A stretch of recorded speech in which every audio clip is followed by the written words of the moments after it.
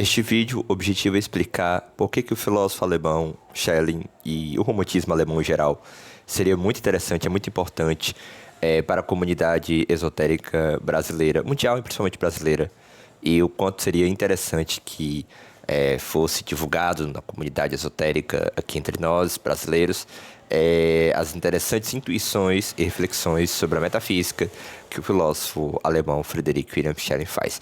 Então esse vídeo vai tentar falar um pouco disso. Isso é inédito no Brasil, tá? Ninguém fez essa ponte explicitamente. E vocês que participam dessa comunidade que fala de esoterismo avançado, de filosofia avançada, sintam-se privilegiados de algum modo, porque nós estamos na elite da reflexão filosófica e esotérica, na medida em que nos apoiamos naquele que foi considerado o último grande metafísico do Ocidente, que é o filósofo Friedrich Wilhelm Schelling.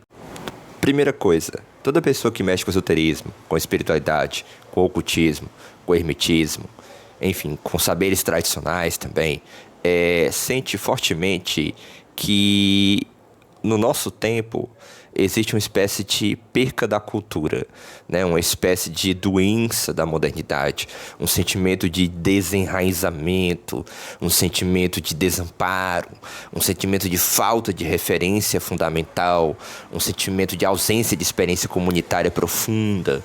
Então, toda pessoa que vai para o ocultismo, para essas linhas alternativas, sente que aquilo que lhe é oferecido pela cultura, de alguma maneira, é muito insuficiente. Sente também que a gente não deveria ter jogado na lata do lixo da história muito rapidamente os saberes tradicionais, como a alquimia, como a astrologia, como a quiromancia, como a magia, mas ao mesmo tempo nós não podemos retornar a esse espectro de pensamento que um dia já foi da humanidade, porque senão a gente estaria caindo numa espécie de reacionarismo obscuro, né? Ou seja, o obscurantismo. E não dá pra gente simplesmente voltar até a psique do Renascimento, a psique da Idade Média, a psique do mundo antigo. Então a gente precisa encontrar um novo lugar, um novo sentido, uma nova consciência desses princípios que faziam da vida humana uma totalidade. Ou seja, a vida humana era uma vida com sentido, porque não era só uma vida voltada para os fenômenos, mas para a totalidade dos fenômenos, para o sentido da existência, né? Ou seja, a própria ciência, por exemplo, do Renascimento, mexia com forças naturais e mexia com forças angélicas. Por quê? Porque o conceito de ciência no Renascimento era de ciência da vida.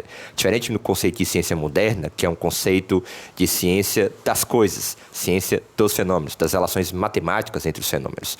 Ou seja, se os renascentistas dos antigos medievais olhassem para nós, para a nossa ciência, eles diriam: vocês transformaram a arte de medir numa narrativa sobre o mundo.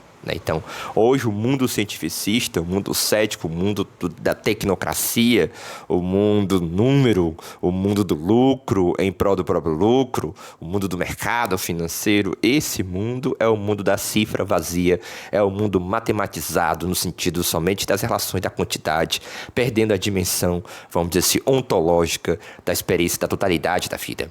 Então, os românticos alemães, eles sentiam essa crise da cultura que se aproximava ali com o iluminismo, e tentaram encontrar nos filósofos do Renascimento, particularmente Giordano Bruno e ali a teosofia germânica ali do Jacob Boehme, uma espécie de perspectiva em que a poesia e a verdade, né, vamos dizer assim, pudessem ser o espelho e manifestação da outra, né? E aí, nessa perspectiva, o filósofo alemão Schelling, ele é muito interessante porque ele vai tentar pensar essa natureza animada, essa alma do mundo, essa natureza que é perpassada por um espírito, né? Em contraposição ao Fichte, que vai focar muito no eu transcendental como explicação de tudo.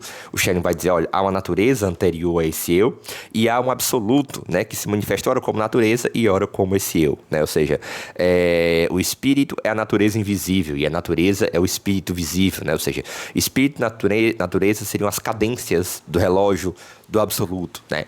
E aí a sua filosofia da identidade. E também na sua fase tardia, onde ele vai recolocar a questão da mitologia e a questão da revelação como horizontes fundamentais para a gente poder compreender e fazer uma filosofia que dê conta dos processos fundamentais da existência, né? E aí a fase tardia dele, a filosofia da revelação, a filosofia da mitologia, que é muito interessante. Inclusive eu tenho vídeos aqui já sobre a filosofia da revelação e sobre a filosofia positiva do Schelling, que é essa filosofia tardia.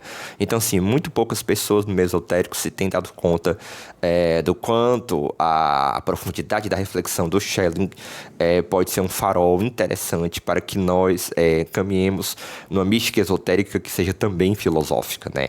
Porque na medida em que a gente aproxima a nossa mística esotérica da filosofia, a gente aproxima de alguma coisa um pouco mais objetivo, porque universal, porque ligado às questões fundamentais do espírito humano, e portanto a gente se blinda um pouco, né, do delírio místico, ou seja, da espiritualidade narcísica, né, e simplesmente desse show de puerilidade e vazio que é muitos canais ditos espiritualistas na internet, né, que são muito, vamos dizer assim, o mais com o mesmo, né?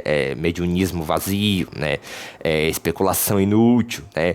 De quem tem um cargo de quem, do Mahashorma de quem, do sétimo raio de quem, enfim, que tomou o cargo de quem, e enfim, e esse tipo de coisa. Com todo respeito a quem acredita, né? Mas uma espiritualidade mais próxima da filosofia, mais próximo do filosófico, é com certeza mais consistente, mais robusta e mais séria, né, e mais amadurecida. Então essa é a importância do romantismo alemão, do Schelling e também do poeta Novalis, né, poeta e também filósofo, porque joga com ideias filosóficas, né.